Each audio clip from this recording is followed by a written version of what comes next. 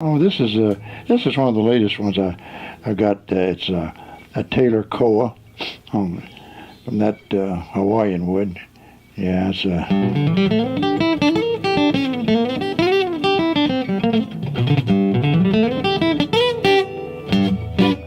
yeah. Uh, I just saw it and I said, "Ooh, that's so pretty. I gotta have that guitar." And it plays well.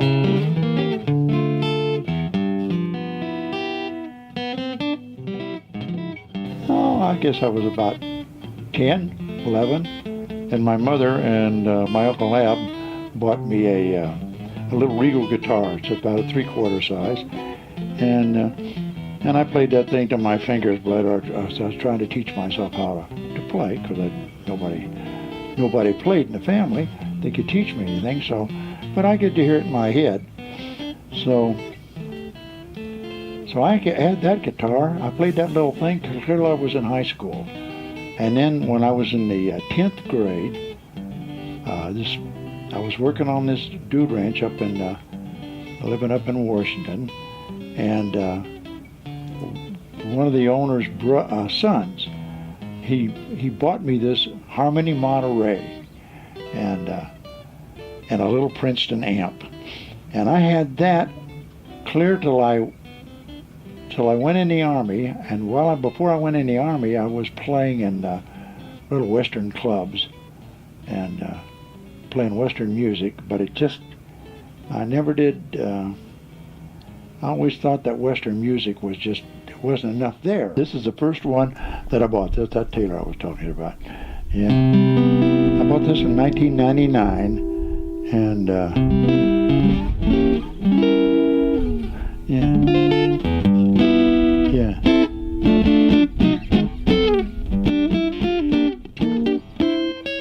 When I got in the Army, I got overseas over there, and we would go up to the on nights when we were through with the day's work, we'd go up to these bar tents, and I had some guy was leaving, so he sold me this little guitar for like $2, and so I would go up there and play the guitar, and we'd sing and drink beer and have fun. Sing songs like Irene Goodnight and Up on Top of Old Smoky and things like that. Then they were going to create a band. And so somebody said, "Oh yeah, get Bob, because he plays guitar." And luckily there wasn't a really great guitar player around, I guess, but they had some good musicians on there. And they had a tenor sax man, a black guy by the name of Emery Franklin. He played with Lionel Hampton. He played with Duke Ellington. The guy was really good. And so he took charge of the band. We had a trombone, a clarinet, drums and bass, and myself. And there was something else in there, another saxophone. And so we got together and we rehearsed. And but this Emery Franklin, I mean, he liked to play cool stuff, and so I would sit and I would listen to him, and I could hear the chords, and so he would, and I would play along with him. He'd pick these songs out, and I'd hunt around for these chords, and then he'd actually blow notes on it, and he said, and I could hear him changing, so I would just hunt around and find them. And so we wound up, the rest of the band disbanded, and him and I and a bass player and a drummer started playing around in different clubs over there in Seoul, Korea. And then it was just him and I started playing. So we would go out. So that's where I really learned to play jazz. And when I got back from overseas, well, Buddy Kahn, he was playing country and stuff, and so I started playing with him in his band, and but I started putting in the playing the style that I do, a little jazzy. I mean, that's just the way I guess I am. Okay, this is a Martin, and I saw this advertised, and I says, "Oh my gosh, I always wanted a Martin, always wanted a Martin." So anyway, So this gorgeous, beautiful Martin Aura Dreadnought turned up, and I says, oh, well, it was such a good buy, I couldn't turn it down.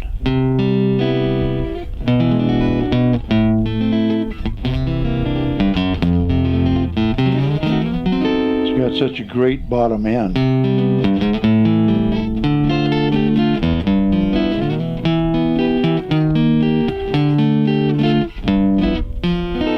Georgia, Georgia,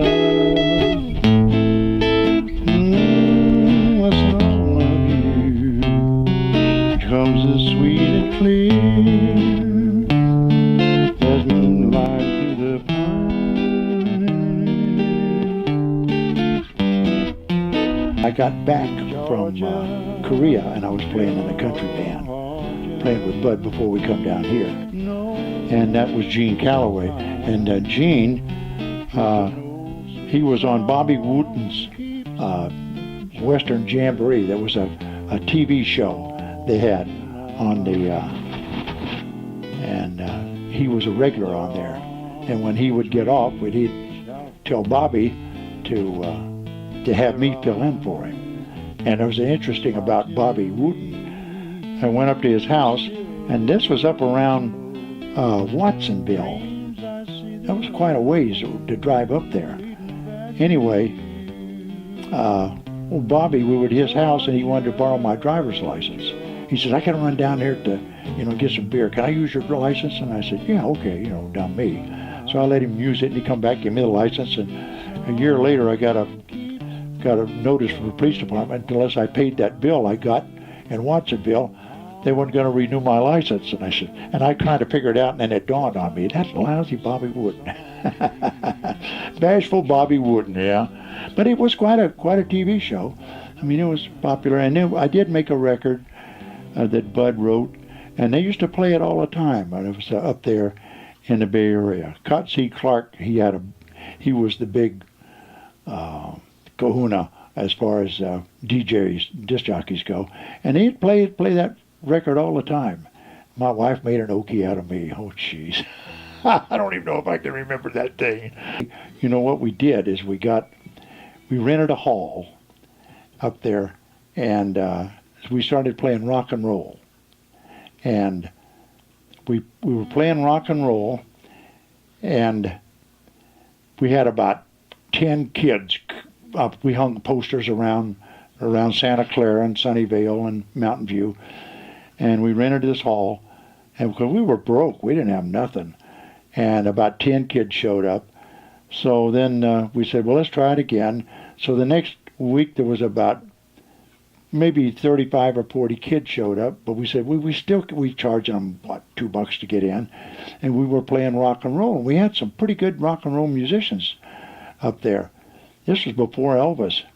And but we'd taken some of those old, like Earth Angel, but we would beat, and I traded a car for a saxophone, and I took this saxophone, I would practice in the car, and when we were playing that stuff, I'd jump off the stage, and I'd get out there on the floor, and I'd lay on my back, and I'd honk about 3 or 4 notes, but the kids thought I was great, on the saxophone, and that as long as we did it in the key of B flat, I think it was B flat tenor sax, well, I was okay. And so anyway, we not enough kids showed up, so we said, I told Bud, Bud, I'm taking my wife and my daughter, and we're going to San Diego. I'm leaving. And I said, but good luck with whatever you do. We found out later we left. I left to come down here, and the next week there was a riot down there. They said there was hundreds of kids down there. We missed our big chance by about that far. And this is the old Gretsch here. Yeah, I saw this advertised down in San Diego. So, and I was looking for a Gretsch Tennessee Rose. Somewhere over the rainbow, skies are way up high. There's a land that I heard of one in a lullaby. lullaby. Once we left, Bud and I kept in contact. He kept his Western band, or he went back to Western, because that's really, it was his forte, I guess. And I come down here and went to work for Franaka. I was playing in a band. Oh, we'd go to Camp Pendleton, and this was, I'd go on the, we played Friday and Saturday nights, and I had to get up. I would work on Friday. We would go out and play Friday, and I would get right up and go right to work. I mean, I wouldn't go to bed. I'd get home just in time to go to work, because we had to go to work at 2 or 3 in the morning. And then I would go to work, come home, and then go out and play again Saturday night. So, and I never was one for naps.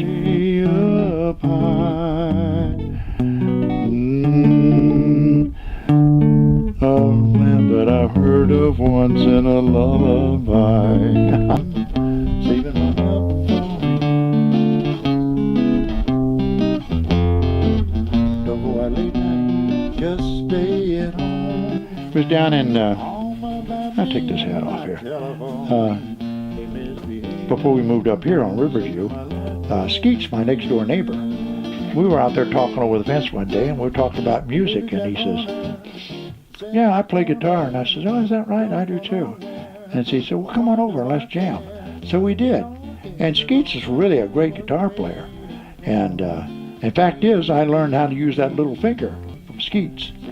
And but Skeets couldn't play bass, and I did play bass, and so we got together and we played around with some of the, you know, some nice spots down in San Diego down there. We're busy, and then we had a great time. And then his wife, she got cancer, and he had to quit. So I said, well, okay. I started going out, and in fact, is Christine, you know, he said, why don't you come down and play at down there in Mission Valley at the hospital? He says, come on. He says, I go down there and you know, he plays Celtic music for him.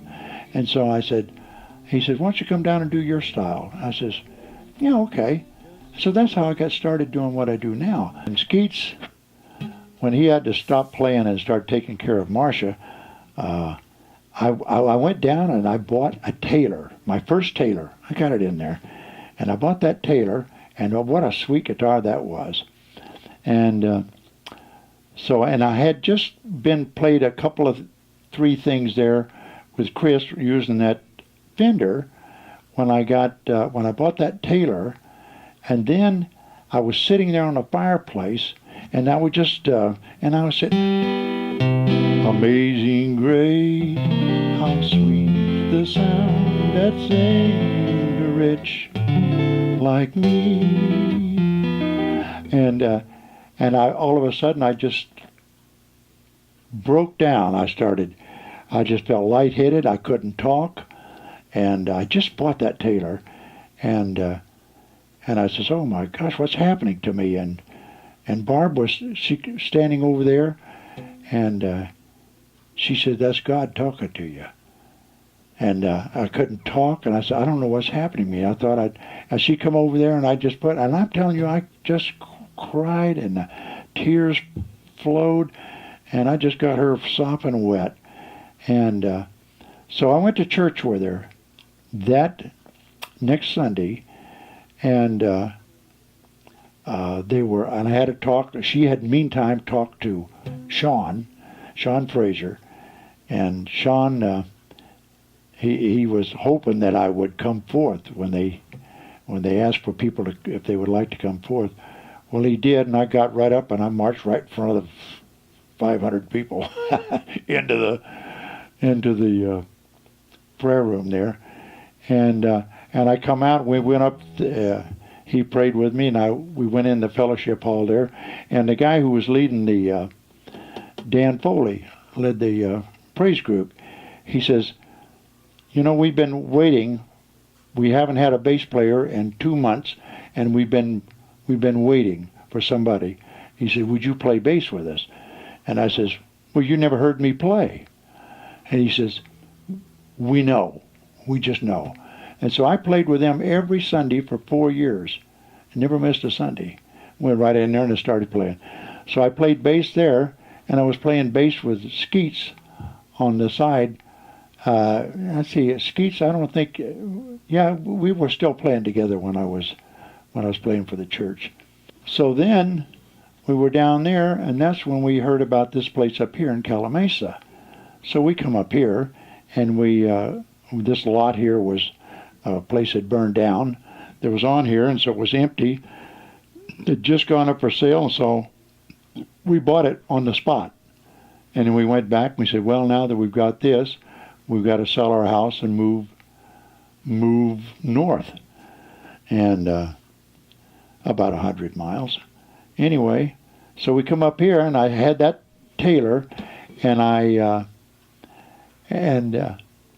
the woman across the street, Mila, she was teaching these people in these convalescent places. She'd go there and give talks. And she said, and meanwhile, while we were up here, I was playing down at the clubhouse, playing for dances. I mean, I'm multiple recorded stuff. I put on bass, drums, and all this stuff, and I put them on a CD and play along, and so it was good danceable music. So I played down there for, and most of our dances, and then she said, why don't you go with me out to one of these convalescent places and entertain these people. They would really love to hear you. So I went out there and I did, and I got hooked. And then it just, the word spread from there. Somebody would call up and say, hey, you got to hear this guy.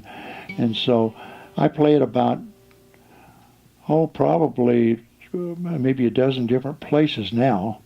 Well, this is my closing theme song when I'm out.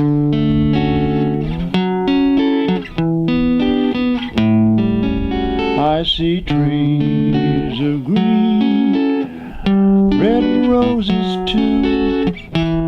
I've seen them blue for me and you. And I say to myself, what a wonderful world.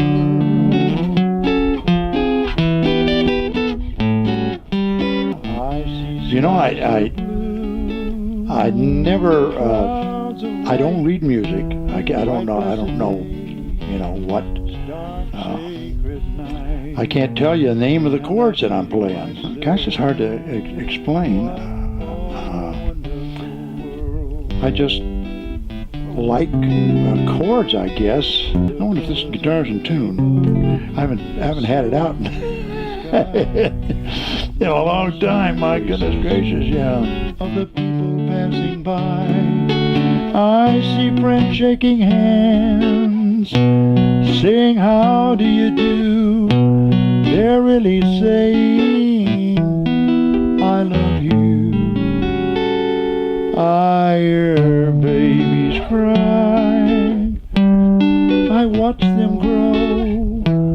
They'll learn much more than I'll ever know. And I say to myself, what a wonderful world, wonderful world. I say to myself, what a wonderful world, wonderful world, wonderful world.